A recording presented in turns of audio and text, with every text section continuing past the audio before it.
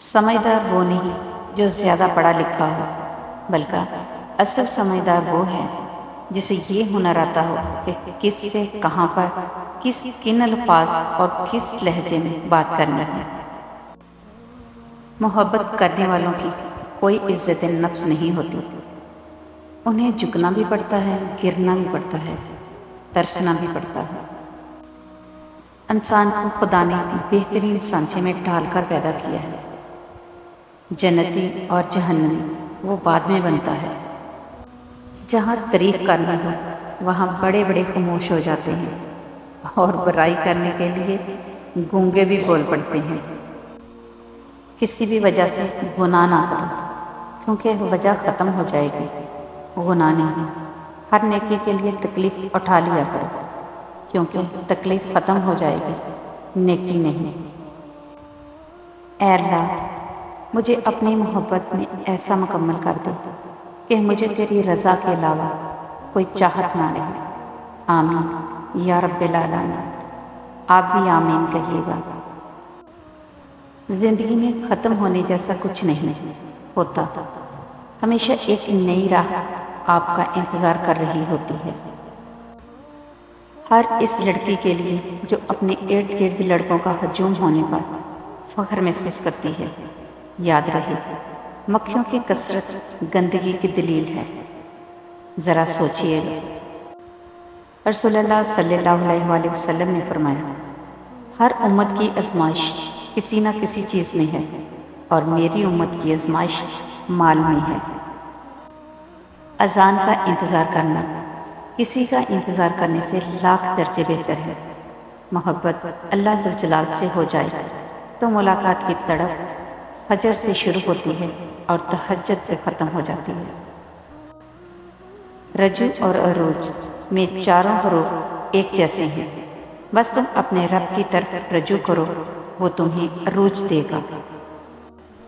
ان لوگوں کے ساتھ تو گزارا ہو سکتا ہے جن کی طبیعت خراب ہو، مگر ان کے ساتھ نہیں جن کی تربیت خراب ہو۔ غلط سے غلط انسان کے لیے بھی اصلاح کا واحد راستہ محبت ہے۔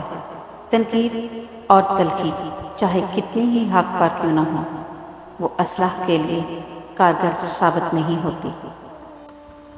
بہترین لوگ بہترین نیت رکھتے ہیں، جن کی وجہ سے رب ان کے تمام کام سنوار دیتا ہے، اور جس کا کام رب سنوار دے اسے کوئی بگاڑ نہیں سکتا۔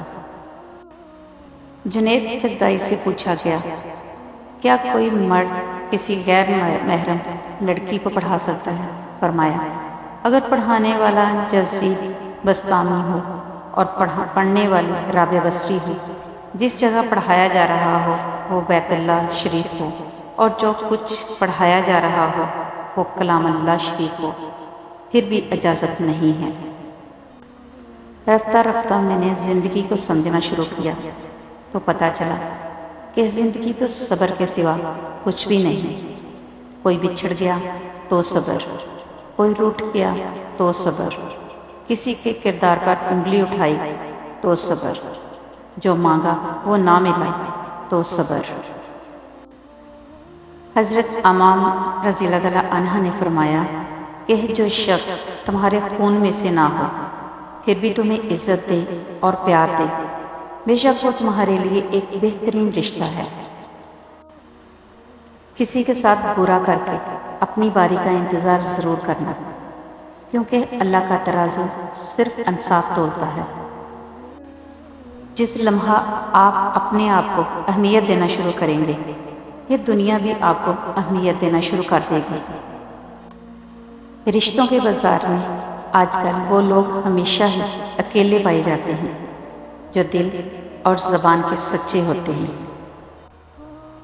کوئی پلٹ آئے تو اس کا ہاتھ تھام لینا چاہیے، اس کی امید نہیں توڑنی چاہیے۔ کسی کی امید قائم رکھنا اللہ کی صفت ہے، اللہ بھی تو یہی کرتا ہے۔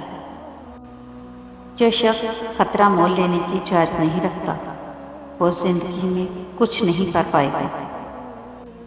یہ بات معنی نہیں رکھتی کہ آپ کتنی زبانیں سمجھ سکتے ہیں، صرف دلوں کو سمجھنا ہی آپ کو اہم بناتا ہے۔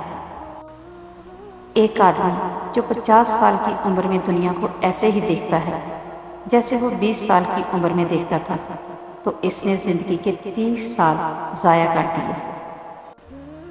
اگرچہ مقصر رہیں لیکن مخلص رہیں۔ کئی بناوٹی چاہنے والوں سے ایک مخلص چاہنے والا بہتر ہے۔ ایک سائل نے کسی دانا شخص سے پوچھا، کیا چیز زیادہ اہم ہوتی ہے، راستہ یا منزل؟ دانا شخص بولا، تمہارا ہم سفر۔